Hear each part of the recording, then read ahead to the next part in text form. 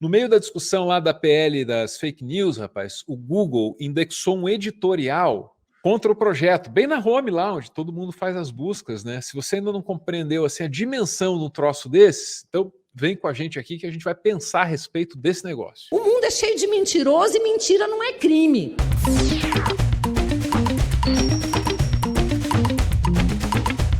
Vocês estão acompanhando a discussão na Câmara dos Deputados do PL das fake news, né? Você tem muito discurso, muito interessante, gente militando pela aprovação do projeto, gente militando contra a aprovação do projeto, deputado discursando assim, deputado discursando assado, cada um percebendo quais são as suas prioridades, às vezes defender o mentiroso. Opa, e os direitos do mentiroso? Hein? Quer se esconder. As pessoas que são contrárias a esse projeto, não é porque a gente quer mentir à vontade, não. Até porque, né, infelizmente, né, a verdade é a seguinte, o mundo é cheio de mentiroso e mentira não é crime. Pode ser pecado, pode ser feio, pode ser imoral, mas mentira não é crime. Então estão perseguindo, não. Querendo buscar, caçar mentirosos, é isso? Mentira não é crime, daí no não, final... Não. No final vem esse grito de desespero de uma minoria excluída e oprimida, que é a minoria dos mentirosos. Não é minoria porra nenhuma, né? Mas qual é o grito de desespero? Esse aí, ó. Perseguindo, querendo buscar, caçar mentirosos, é isso? Perseguindo mentirosos? É isso? Bom, no meio dessa discussão, rapaz, você tem aí o que em dado momento me pareceu uma reedição da briga Uber versus táxi. No lugar do Uber, as Big Techs. No lugar do táxi, a mídia hegemônica. Globo e tal. O Globo aí deu de apoiar a PL das fake news. E aí o Google saiu com essa, bicho. Isso aqui que eu queria que o Orlando dissecasse pra mim. Porra, na home do Google, cara... Olha lá, o PL das fake news pode aumentar a confusão sobre o que é verdade ou mentira no Brasil. Pô, eu quero ouvir o que o Orlando tem a dizer, mas o que me impressiona aqui, bicho, é o seguinte. Você tem essa página para onde eu vou quando eu quero saber a verdade. Se eu tenho um problema, eu venho pesquisar aqui. Se eu quero uma informação, eu venho buscar aqui. Isso aqui, porra, tem grande credibilidade para todos nós. É uma ferramenta de uso contínuo e cotidiano. Quando essa ferramenta me diz que um projeto de lei vai aumentar a confusão na minha vida, porra, eu fico preocupado. Orlando, olhando para isso assim, me parece que é uma arma de destruição em massa no campo da comunicação. Aquilo ali é uma bomba atômica comunicacional. E os caras soltaram essa. Eu queria entender se lá na Europa, quando a Europa começou a discutir esse negócio, o Google se permitiu fazer uma presepada dessas, ou se é só no tal do Sul Global, tá ligado? Eu não me sinto muito respeitado como brasileiro, quando eu vejo um motor de busca, entendeu? Meter um troço desse assim para todo o nosso país ler, né? E me desculpa, eu sei que no Google tem um slogan interno lá que é o Don't be evil. Não seja malévolo. Pô, cultura corporativa, hein? Então qual é? Vamos ver, né, Orlando? Pô. Cara, você falou uma arma de destruição em massa. Tem um livro que eu adoro, esqueci o nome. Bethany Cabe. Caraca, esqueci o nome da autora. Que é Weapon of Math Destruction. Que é sobre algoritmos. Sobre algoritmos. Weapons of Math, de matemática, Destruction. Armas de destruição matemática. Não é não? Cat O'Neill, eu tô com bem... Cara, Cat O'Neill. Essa aí tem funk em casa, essa mulher é foda mesmo. Gringa foda. Mas, cara, assim, porque tem uma coisa...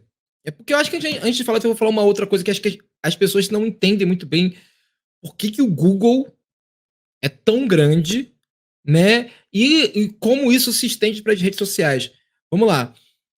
Lá em 1990, você não tinha buscadores, né? Os buscadores, o Alta Vista, o KD, sabe? Eles eram coisas muito novas. Você tinha que ter o endereço da página, você tinha que digitar a página lá para você acessar. Cara, chegava o auge de você comprar revistas que vinham com links para você acessar, sabe? Era muito doido isso. Então, por que eu tô contando isso?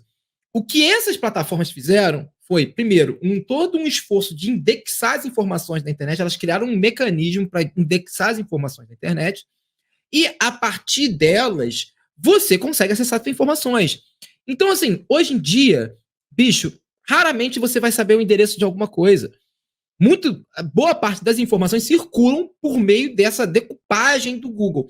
Então, se o Google, por exemplo, ele te dá um shadow ban, sabe, ele não te coloca no algoritmo dele, você não existe. Então eles têm um poder, né? O Google e outros sistemas de busca, eles têm o poder simplesmente de digitar o que existe e o que não existe para as pessoas. Eu acho que é isso que a galera não está entendendo. Porque, assim, nós falamos muito das bolhas. Eu odeio esse termo, né? Eu acho que ele não é condizente com o que de fato acontece. Mas vamos usar eles aqui, ou, como eu gosto de dizer, redes que se autoalimentam, né? Enfim, redes que ficam se batendo. A saída é muito curta dessas redes, com poucos pontos de escape. Cara, a gente costuma falar isso muito do grupo do Zap, né? Do Zapistão, do Bolsostão, sabe? Tipo assim, grupos de apoiadores do Bolsonaro. E eu já falei muito disso aqui, até, né, em outros lugares. O cara só consome material lá no grupo de WhatsApp dele da igreja. O que existe para ele é o que chega por meio do grupo de WhatsApp da igreja. Né? Então, o que não acontece, por exemplo, sei lá, eu tenho um primo que até hoje hoje, então, voltou essa história, né? De que o Jean Willis ia censurar a Bíblia. Agora é o Lula que quer censurar a Bíblia. Então, isso de fato existe para eles. Por quê? Porque eles só vão ler informações, né? Só vai chegar até eles informações que dizem isso, e informações que contradizem essa história nunca vão chegar neles. Esse é o ponto. O Google pode não parecer, mas ele também tem esse poder. Ele também faz isso. O Google condiciona aquilo que você vai ver e aquilo que você não vai ver. Então, ou seja, estamos falando de empresas que estão ditando o que é realidade para as pessoas. Sabe? Esse que é o ponto. Quando a gente vai para a timeline das redes sociais, é a mesma coisa. Nós estamos falando de empresas que ditam a realidade das pessoas. E se você acha que você não tem a sua realidade ditada para essas pessoas, você é aquele pior tipo de... Assim, você está no pior grau da ignorância, sabe qual é? Você está simplesmente... Assim, não, eu sou imune. Ninguém é imune. Ninguém é imune. E aí que vem outro ponto importante. A maneira como essas informações são postas para a gente, o Google ele não apenas tem o poder... Quando eu digo Google, a gente pode expandir isso para outras redes sociais. Ele não apenas tem o poder de dizer o que é real para a gente, mas como devemos nos comportar diante daquilo que é real. Porque a pré-seleção, né, que o Google faz, outras redes sociais fazem isso de forma mais ou menos intensa, por exemplo, o Twitter está fazendo isso de uma maneira completamente... intensificou esse tipo de relação com a informação, ela condiciona... Porque, por exemplo, se você vê uma coisa que você concorda numa rede social, você vai lá, clica, lê e está tudo resolvido. Se você vê algo que você não gosta, você vai entrar no embate com aquilo. As redes sociais estimulam esse comportamento, o Google estimula esse tipo de comportamento para que você se mantenha engajado, para que você se mantenha você se mantenha voltando para elas. Né? Existe, isso aí não é viagem. Isso aí ficou explícito com o Facebook Papers, por exemplo. Sabe? O medo, a raiva, tudo isso engaja. Então, existe formas de indexação que vão priorizar esse tipo de comportamento nos usuários. E por que eu estou falando isso? Né? Porque ao mesmo tempo que nós estamos falando, né, de redes que podem ditar o que existe e não existe, e elas sabem que elas têm esse poder, estamos falando de empresas e redes que se recusam, né, deliberadamente a moderar o seu conteúdo ou criar algum tipo de transparência sobre como funciona o seu algoritmo, né, para que um debate sobre a democratização da internet seja feito. Gente, as redes sociais têm o poder de bloquear mamilos femininos, mas não consegue bloquear uma suástica. Se eu botar meu peito para fora aqui e tirar uma foto, o Instagram não vai me bloquear, o Facebook não vai me bloquear. Agora, se eu pegar um peito de uma mulher e botar uma foto, eu vou tomar um bloco. Caralho, como que eles sabem que aquilo é um mamilo feminino e um mamilo masculino? Como que existe essa diferenciação? Sabe? E aí tu vê assim, pô, o cara consegue chegar nesse nível, mas não consegue moderar conteúdo criminoso, não consegue moderar conteúdo, especialmente quando a gente tá falando de suástica, mas a gente pode estar falando de outras coisas, sei lá, o que aconteceu no massacre das escolas e tudo mais, porque isso engaja. Esse tipo de conteúdo não cai porque ele engaja, porque as pessoas entram tanto para criticar quanto para adorar. Eles sabem disso. Então, esse engajamento pelo ódio, essa máquina de manter as pessoas com raiva, manter as pessoas assim na ponta dos pés, é que gera boa parte dos lucros dessas empresas. Então, por isso que quando você tem algo como a PL das fake news, que vai obrigar essas empresas... Porque, assim, eu tenho minhas críticas à PL das fake news, porque eu acho que ela não toca no cerne da questão. O cerne da questão não é apenas a moderação de conteúdo. Tem toda uma questão de estrutura e transparência de algoritmo que não está ali presente. Mas, enfim, é aquilo. Melhor aquilo que nada. Agora, quando você olha para uma empresa que diz assim para você, nós não temos como moderar esse tipo de material, mas ao mesmo tempo está moderando mamilos. Fala assim, pô, meu irmão, tá me tomando por otário, né? Você está me tomando por otário. E aí que vem a última parte desse problema. O Brasil, ele tem um papel especial nesse cenário da guerra informacional. A galera tende a pensar no Brasil como uma espécie de subproduto mundial, né, das tecnologias e tudo mais. Mas o Brasil foi pioneiro em muita coisa. No Brasil, o uso da internet supera e muito os países da Europa. O tempo que as pessoas passam em redes sociais, passam em tela. Sabe, cara, é impressionante quando eu falo com amigos meus da Europa, sabe? Tu tem Twitter? Não tenho. Tipo, pra gente é normal de ter 3, 4, 5 redes sociais. Pra eles, não. Sabe? E assim, aí começa a pensar, cara, quanto tempo a gente gasta no WhatsApp? O Brasil, na década de 90, teve uma explosão de tecnologias, de internet, tecnologias, que em outros países não tiveram. Na década de 90, filho, para quem conhece, na França ainda se utilizava o Minitel. A entrada da Europa como um todo, né, no mundo das redes sociais, sabe? Tipo, dessas big techs, demorou um pouco mais tardia que o Brasil. E a utilização, essa utilização dos brasileiros, das tecnologias, ultrapassa a utilização de vários outros países. Esse é até um meme no mundo, né? Aquela coisa dos brasileiros estragando as redes sociais, né? Com Orkut, coisas do tipo. Então, assim, o Brasil tem um papel muito proeminente, né? Ele representa uma porcentagem muito grande dos usuários totais, especialmente de algumas redes sociais. E aí, vamos lá. Quando você olha para o mundo como um todo, para o que está acontecendo na política do mundial como um todo, que é esse crescimento da extrema-direita, né? Você percebe que o Brasil, na verdade, ele é um caso particular dessa história toda. Existe uma máquina global que tem, sim, uma relação direta com a influência das redes sociais. Gente, daqui a 50 anos, daqui a 100 anos, todo historiador, quando for falar do momento político que nós vivemos agora, né, nesse começo de século, ele tem que se referir às tecnologias. Da mesma forma, não tem como você falar sobre a ascensão do fascismo sem falar, por exemplo, da presença do rádio e da difusão dos jornais. Não tem como. A tecnologia, ela tem uma agência, não existe tecnologia neutra.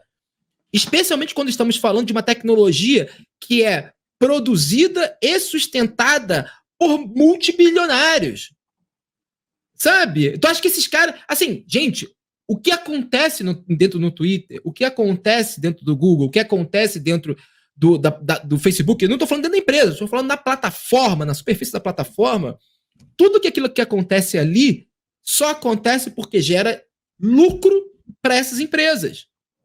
As pessoas falam assim, não, o Twitter é como se fosse uma praça pública. Não é uma praça pública.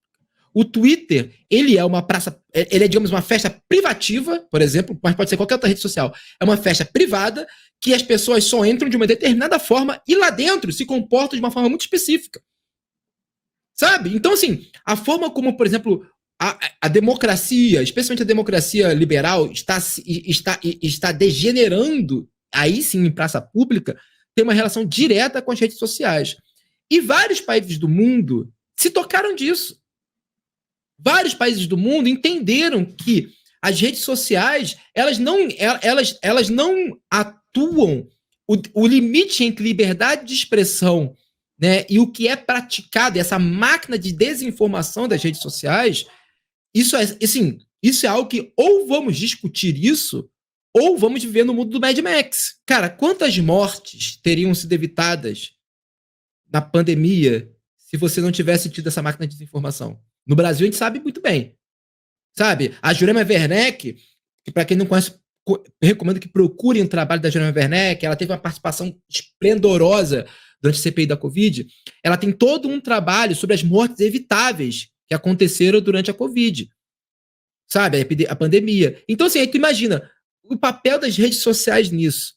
E a gente está falando de doença, de uma pandemia. Mas quando a gente está falando de outras coisas que são um pouco mais difíceis de medir, sabe? Por exemplo, as campanhas anti-vacinação, sabe? Quantas pessoas estão morrendo por autodiagnóstico, por automedicação, sabe? Cara, eu sou de uma geração. Pô, eu sou um cara do subúrbio do Rio de Janeiro, sabe? Minha família não tinha condições de comprar livro, de nada. Muito do que eu tenho, eu fui ler coisas, eu aprendi inglês na internet, sabe? Muito eu aprendi na internet. É toda uma geração de pessoas que tinha a ideia de que a internet poderia ser, de fato, aquela ágora, né? Aquele lugar onde a gente poderia aprender e crescer como um todo, né? Mas, na verdade, a internet se tornou o Coliseu, sabe? Onde está todo mundo brigando. E porque isso, tudo isso, todo esse entretenimento favorece um grupo muito específico de pessoas. Então é necessário que a gente fale isso e fale assim, cara, não, vamos tentar transformar a internet menos no Coliseu e mais num espaço de trocas. Cara, a desinformação que a internet produz, eu acho que a conta não tá batendo. Prometeram pra gente a era da informação, né? E veio o absoluto contrário disso. Essa é uma coisa. A outra, cara, é perceber que lá atrás, nos anos 90, se pintava um modelo assim, pulverizado, comunitário de internet, né? Mirk? E aí, pô, o tempo passou, né? E falou, porra, não é possível. Essa mídia aqui, rapaz, essa aqui vai ser produzida pelo populacho, como diria meu amigo. É isso. A gente pensava assim, né? Jamais que isso aqui será como a televisão e será apenas propriedade de meia dúzia. Nunca deixaremos isso acontecer. Eu acho que é importante que a gente olhe para a maneira como as coisas estão acontecendo e a gente entenda que muito do que está acontecendo, muito como, por exemplo, vários jovens estão se comportando, vários problemas psicológicos, subjetivos que nós estamos tendo que lidar, sabe, de burnout, depressão, ansiedade, sabe, eles não são um desenvolvimento natural da nossa sociedade. Eles são o refúgio dessa máquina de exploração cognitiva que é a internet e as redes sociais. Sabe? É essa que é a grande questão. Então, assim, quando você olha para o mundo que nós estamos vivendo nesse momento, nós temos que ser capazes de olhar e falar assim, cara, talvez sejamos a primeira geração que está vivendo que viveu o suficiente para experienciar as próprias distopias.